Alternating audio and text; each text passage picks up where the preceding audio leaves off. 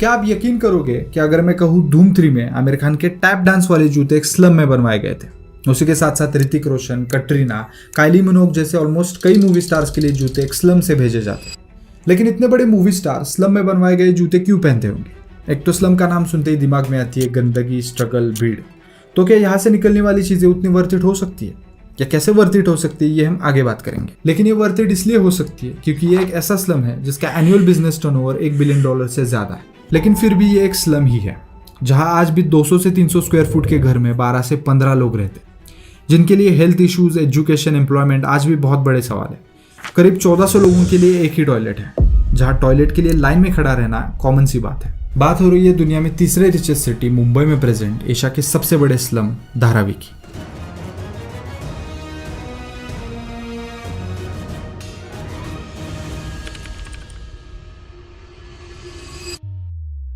जब बात धारावी की आती है तब ये मूवी हमें जरूर याद आती है, जिसमें जमाल मलिक की कहानी उन लाखों लोगों को कवर करती है जो हर दिन जिंदगी के चैलेंजेस से जिंदा रहने के लिए लड़ते रहते हैं। आप खुद को खुश नसीब समझ सकते हो क्योंकि यहाँ सिर्फ 2 वक्त का खाना मिल जाए वो स्ट्रगल नहीं है, बल्कि यहाँ रहना भी उतना ही कॉम्प्लिकेटेड होता है क्योंकि यहाँ सांस लेना भी मुश्किल होता है।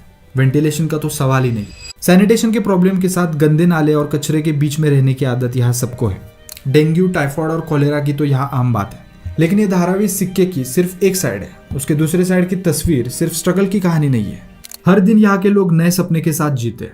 बाकी स्लम्स की तरह ये कोई आम इलाका नहीं है, ये $1 बिलियन इकोनॉमी है। जिन जूतों के बारे में मैंने स्टार्टिंग में बात करी थी, वैसे कई इनोवेशंस और एंटरप्रेन्योरशिप के एग्जांपल्स यहाँ है। दरअसल वो कहानी जमील शाह की है, जिन्होंने धारावी की छोटी सी गली में डांसिंग शूज बनाने का काम शुरू किया, जो आज बॉलीवुड में कई डांस शोज में जैसे झलक दिखला जा, dance India dance, India's best dancer का बेस्ट चॉइस बना है। यहाँ के लोग घर के कोने में लेदर बैग्स और पॉटरी बनाते, जो सिर्फ इंडिया में ही नहीं ग्लोबली भी एक्सपोर्ट होते हैं। आपके पास जो ब्रांडेड लेदर वॉलेट है वो भी शायद यही से हो सकता है।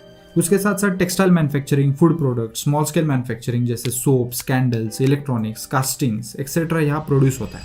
धारावी एक रिसाइकलिंग हब भी है। मुंबई का ऑलमोस्ट 60% कचरा यही रिसाइकल होता है। प्लास्टिक, कार्डबोर्ड से लेकर इलेक्ट्रॉनिक वेस्ट तक सब यहाँ काम में आ जाता है।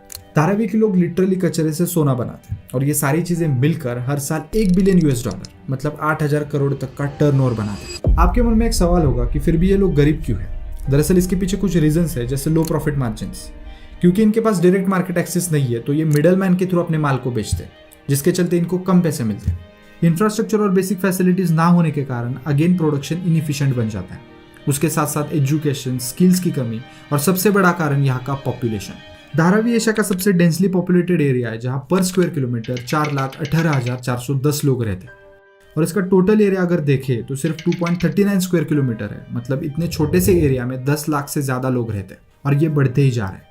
धारावी सबसे प्राइम स्टेट पर बसा है, जहां आसपास के एरियाज में प्रॉपर्टी रेट स्काई रॉकेट कर रहे हैं। वहीं पर धारावी अपनी जगह के लिए फाइट कर रहा है। हर साल धारावी के रीडेवलपमेंट के प्लान्स बनते हैं, लेकिन अभी तक वो हकीकत में नहीं बदले। रिसेंटली अदानी को धारावी के रीडेवलपमेंट का प्रोजेक्ट हैंडओवर किया है और कहा जा रहा है कि धारावी को रीडेवलप करके न्यूयॉर्क की सेंट्रल पार्क की तरह मॉडर्न सेंट्रल हब में बदला जाएगा और वहां के लोगों को फ्री में 350 स्क्वायर फीट के फ्लैट्स दिए जाएंगे। लेकिन इसमें बहुत सारे चैलेंजेस हैं। यह सिर्फ रहने की जगह नहीं है, लोगों की रोजी रोटी भी यहीं पर है। कई लोग यहाँ पर इनफॉर्मल सेटलर्स हैं, जिनके लैंड ओनरशिप और प्रॉपर्टी टाइटल्स अनक्लियर है। उसके साथ साथ cost, infrastructure, community resistance, local culture जैसे कई चैलेंजेस हैं, जिनको संभालते हुए मॉडर्न इंफ्रास्ट्रक्चर का इंटीग्रेशन करना होगा। तो क्या ये रीडेवलपमेंट पॉसिबल लगता है और ये कब तक हो सकता है? इसके ऊपर आपके ओपिनियंस आप कमेंट सेक्शन में बता सकते हो। और ऐसे इंटरेस्टिंग टॉपिक्स के लिए चैनल को सब्सक्राइब जरूर करो।